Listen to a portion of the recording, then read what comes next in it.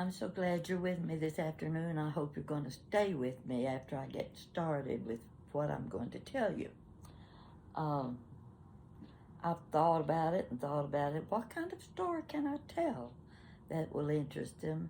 And I decided, wait a minute, I'll just talk about my books and how I got started with my book. Now, first of all, you need to know I'm not really a writer. I'm not an author. I can't create stories. If the story's not real, I can't tell it. So with the help of my mother and with my siblings, I think I've put together a pretty good history of my family. It had reached the point where there was nobody left who could repeat the family history, knew anything about it, and we didn't have it all written down. So I said it's up to me to get it done.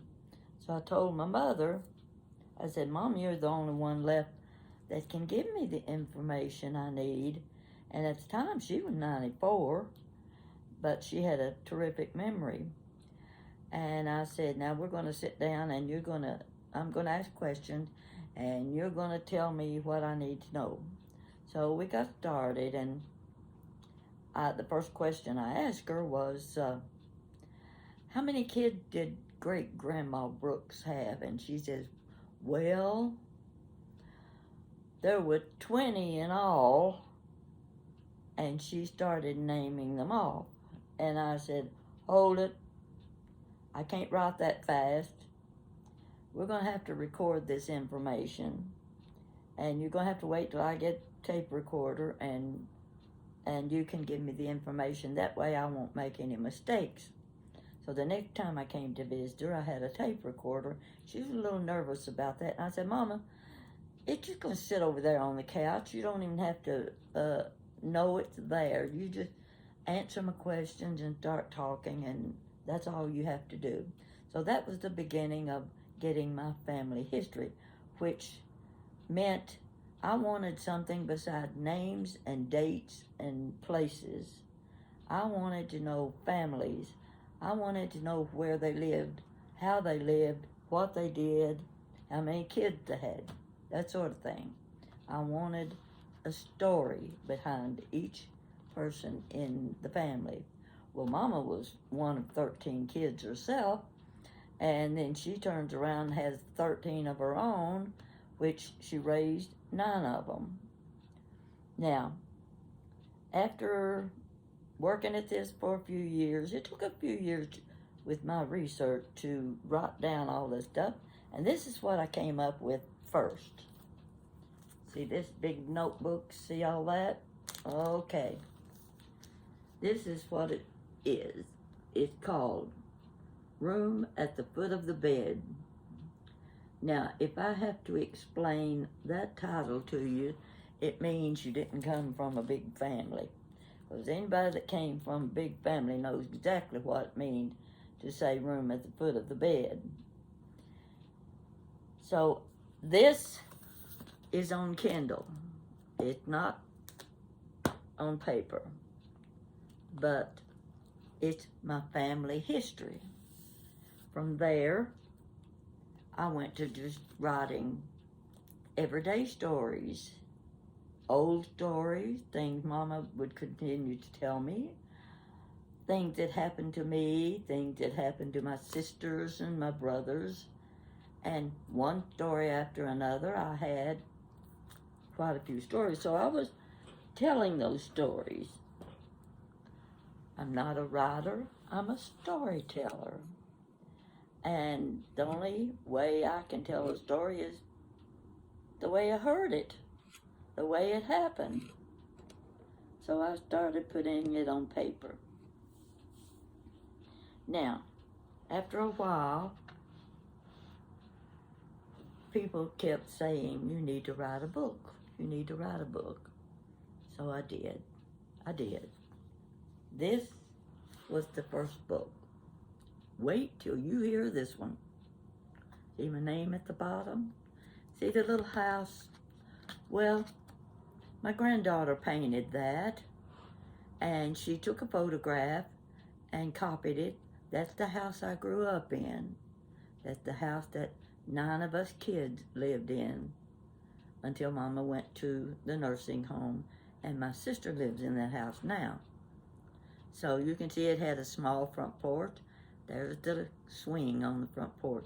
Oh, we spent a lot of hours on that front porch. So this book has 100 stories in it. I didn't know how to go about getting it published. So I had a neighbor who was, in his day, was pretty well known around town. And I didn't know myself that he had already authored a book, and it's a fantastic book. I'll have to tell you about that sometime. And he told me, he said, you go to the Carnegie Center, and they have people there who will help you get your book self-published. So I did exactly as he told me to, and there was a young man there. There had several of them, tutors, you might say, that helped me put it together. And my daughter was with me. She was sort of my backup. And he looked at it, and well, he was willing to help me. And he was going to look the book over. And when he got through, he said, you write like Irma Bombeck. Well, I couldn't think of a better compliment than that. And as you can see, if you look the way the title is written and the title itself, it does have the look of an Irma Bombeck book.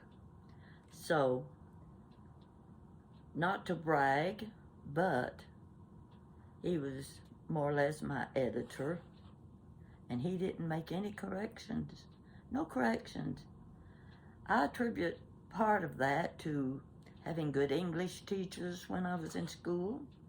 I was a good speller. I could punctuate and put a decent sentence together. I didn't have a big vocabulary. I didn't know what those fancy words meant. And I said, if you have to look it up in the dictionary, you don't need to use it. So I don't have a lot of fancy words in my story. In fact, I just tell the stories as they happened. So this book has 100 stories in it. Just to give you an idea, a few of the titles. Oh, a World's Fair.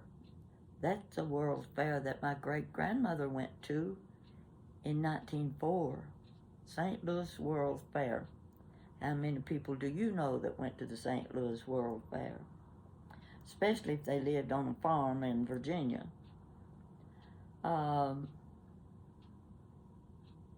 Got a story about my Uncle John. He was my daddy's oldest brother. Very interesting man. He lived to be 100. In fact, my mother lived to be 101. I tell a story about the Depression years. Everybody's heard about them. I talk about my grandpa's Lazy Susan table. Now, we've all seen the little Lazy Susan that you put on tables, but this was a big dining room table that he built. Very interesting situation. And then there's one where I say, Mama, tell me about the war. That would have been the Civil War that her father told her about. Nord's Frigidaire. What could you say about a Nord's Frigidaire? Well, you can say a lot when you've been using an ice box that carries those 50 and 100 pound big blocks of ice in them, and they melt and run all over the kitchen floor. There's sisterly love. Well, you can almost guess what that's like if you're from a big family. There's Daddy's classic car. You'd drool to have the car that he had at one time. A dress with covered buttons. One lady said that was her favorite story in the book. So if you don't have the book and you want to read that story, you're going to have to order it from Amazon. 100 stories here, and let's see if I can pick out any others. Actually, there's one about Daddy's blue serge suit. That's kind of funny story, too. There were days of the comic book. That's also a funny story. Let's see. I want to be a movie star. You can imagine what that would be. And, there's a tornado of 1974 will blow your mind. Mirror, mirror on the wall. That's more up-to-date story. And here's one is, how funny can it get? Well, as you can see, there's going to be a bit of humor in this story. There are a few sad stories. And then there's just those everyday things people do, silly things that they do, and the good things that they do. This is all in this book right here. Now, I did this book when I was, well, let's see, how long? 2017. That's when I published this book. So I kept getting more responses about my writing. And this is what my daughter said. Of course she's going to tell stories. She's still breathing, isn't she? Yes, she thinks that's funny. Yeah, some others thought it was funny too. Well, what was it going to call the second book? It was nothing but a continuation of the first book. And it ended up with 73 stories. It's called Hold It, Lord, Hold It. I'm not finished yet. See that at the bottom? In other words, I was 80 years old. Time was passing me by, and the Lord's just going to have to wait till I get this next book finished before he does anything in my favor. I want to show you an up-close picture. That's me on the cover. Let's see, get the glare off that book. That's me on the cover, and you see 1, 2, 3, 4, 5 extra pictures. And yes, you can tell what I'm doing. I'm telling stories. In each one, I'm telling a story. So, 73 more stories. And the funny thing about this one was, I had included recipes. And my editor says, you need to make your recipes a separate book. It's too big a book. You don't have to do another book. What choice did I have? That's what I did. I did another book, and it's called Make Mine the Blue Plate Special. You see this bowl of vegetable soup? Doesn't that look good? I made that vegetable soup, and that's a blue willow bowl that it's in. I love my red, white, and blue patriotic colors on the cover. Now this book is not real thick, but I didn't want too many recipes, and I tried to include the recipes that I'm very familiar with, the ones I like best, and the ones that had stories with them. I start off with, let's see here, let me see what I can tell you. Oatmeal for breakfast. How many of you were forced to eat oatmeal for breakfast your whole life, you thought? You finally got to where you liked it. I've even got Hardy's biscuit recipe. You know, the one year when I was living in Tennessee, they had the International Hardy's Biscuit Contest. And by chance, the Hardy's restaurant that won the contest was right there in town where I was living, and that's where I went for breakfast every morning on my break. So each of these I've got breakfast apple Danish. It has a short story. You see the story? This is the story right here. That gives you a little background on that recipe.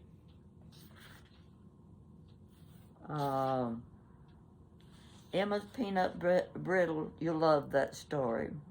This is my niece's husband's mother, and she sold peanut butter brittle for her church. And this is a little story about how she made and sold peanut brittle, and it's cute as it can be. You'll enjoy that story. My brownies recipe came from a lady 68 years ago. She was my Sunday school teacher. I thought she was the most wonderful person, the most talented person I ever knew. And she gave me this brownie recipe. Of course, we don't need brownie recipes today. We just go buy the package of brownie mix, add an egg and some water or something to it, and you've got brownies. So, let's see if there's anything, something special here. Keep on going. I've got an old-fashioned pimento cheese recipe. That's my recipe. And then there's one I got in Abington, Virginia. That's a very, very good recipe. I've got chicken salad recipe. Everybody has a chicken salad recipe. But the lady down the hall, she's a new neighbor. I gave her some 2 or 3 weeks ago that I had left over, and she said, "Your chicken salad recipe is the best I ever ate, and I make mine the same way you do, but mine doesn't taste like yours." What do you say to that? So that's the way it works. Peach tort was a recipe I got from a friend about 40-some years ago. There's Mama's banana pudding recipe. Everybody says, Thanksgiving, Christmas, Mom, bring banana pudding. So I take banana pudding. Corn pudding recipe is one of the best I've ever eaten. And it was a very good chef who gave me this recipe. And I follow it word by word. Okay, that's basically it. I've got Mama's fried chicken recipe.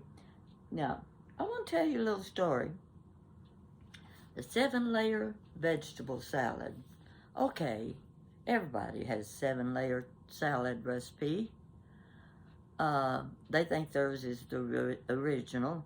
And I'm here to say, no, yours isn't the original. I think mine is, because I've had it 45 years. 45 years.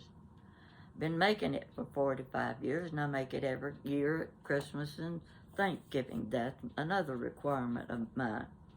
So, I'm at a conference in Alabama about 3 weeks ago. My daughter Jan and I went down. There were up to 500 ladies there and about a dozen men. Now,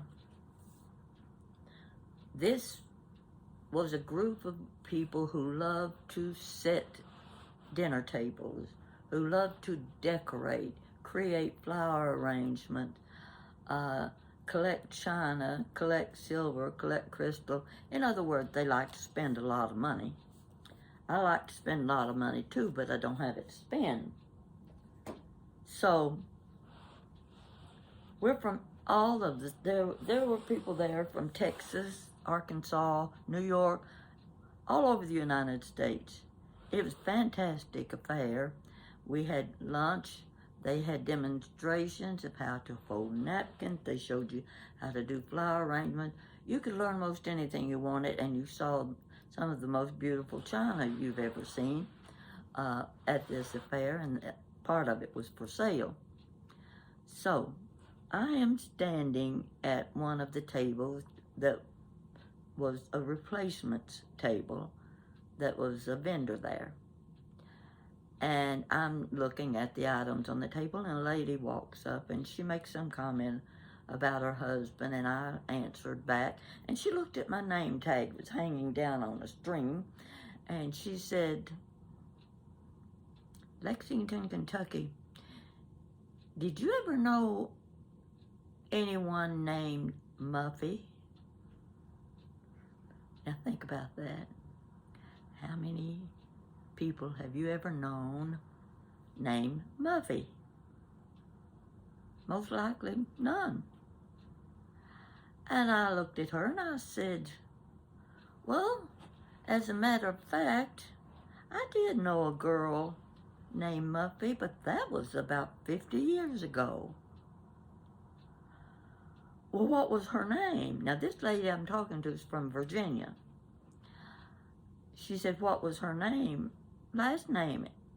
And I said, oh, I can't remember. I just can't think of it. And we kept talking. I said, oh, wait a minute. Her last name's Stewart. That lady threw her arms up and she grabbed me and she hugged me and she said, that's her, that's her. And I said, was she tall? Yes, she's tall. I said, was she attractive? Yes, yes. I said, well, she won't remember me from 50 years ago. We worked together. There's no way she's going to remember me. And I said, but tell her this. When you see her, tell her this. And maybe it will refresh her memory. I said, she and I attended a conference in Las Vegas one year. And one evening while we were there, she and I decided we were going to have dinner at Caesar's Palace. So we have dinner, and while we're sitting there eating, this big, tall fella, well-dressed, maroon sport coat walked by. It was Joe Louis. Well, I nearly dropped my teeth at that. Joe Louis walked right by my table. When we finished eating, we went into the casino. Now, neither one of us were gamblers. But we walked up to the slot machines, and she starts working the dime machine. She reaches up and she pulls that lever down and watches. She goes to the next machine, pulls that lever down, looks, nothing. She pulls the lever down on the third machine, and it started dinging and danging and practically dancing, flashing lights. And she said, what'd I do? What'd I do? Dimes poured out of that machine. There's a big, long tray there, and it was filled with dimes. So the lady was standing there, and she says, honey, the machine went dead on you. I'd just take my dimes and go. So both of us were carrying a nice-sized clutch bag. We opened them up, and we started raking dimes into our clutch bags. And I said to the lady, tell Muffy that story. I'm sure she will remember that. Who would forget having won that many dimes in a slot machine in Las Vegas? That might refresh her memory, and she'll remember who I am. Now, so far, I haven't heard from the lady again. I don't know if she's seen Muffy. And if you know a Muffy, I'd be pleased to know, because I'm just kind of curious how many Muffys were there out there 50 years ago. So I told this story to several of the ladies that I was talking to at this conference, and they just thought it was a fabulous story, and I kind of like it too. I thought it was one worth repeating, and I hope Muffy, if she sees this, I certainly hope she isn't offended by me sharing it with the public. If so, I'll just take it off of YouTube, and maybe that'll do the trick. But to think after 50 years, you're meeting someone who knew someone that you knew 50 years ago. So that's one little story. It's not in my book now, but I just wanted to tell that along with showing you my 3 books. And you can order these books, of course, on Amazon.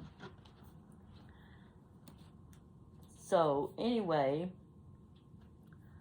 what I've written in my books are all true stories. They're stories I think you will enjoy because they're all different kinds. There are the funny ones that are funny. They're really funny. They're real things that happen to people, especially me. Yeah, I was brave when I started telling the ones about me. Most people wouldn't do that, but oh, what the heck. So, if you're enjoying what I'm telling you now, you might enjoy reading some of my stories.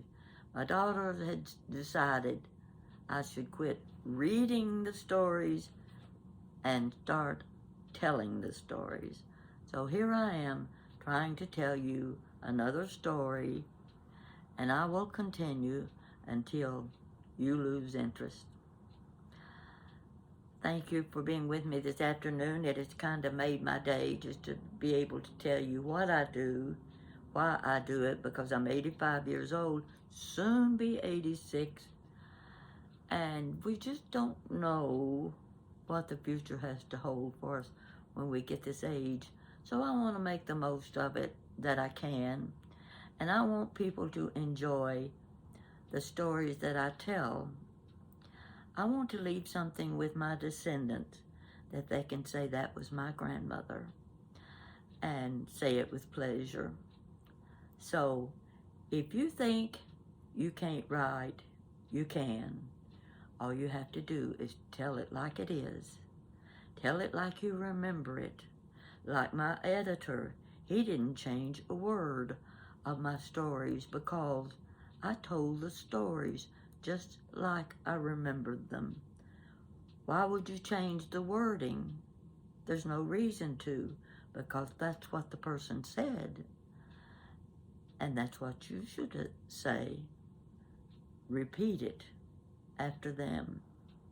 I've enjoyed doing the writing, and every now and then I remember something new that happened when I was just a child, or when I had my first baby.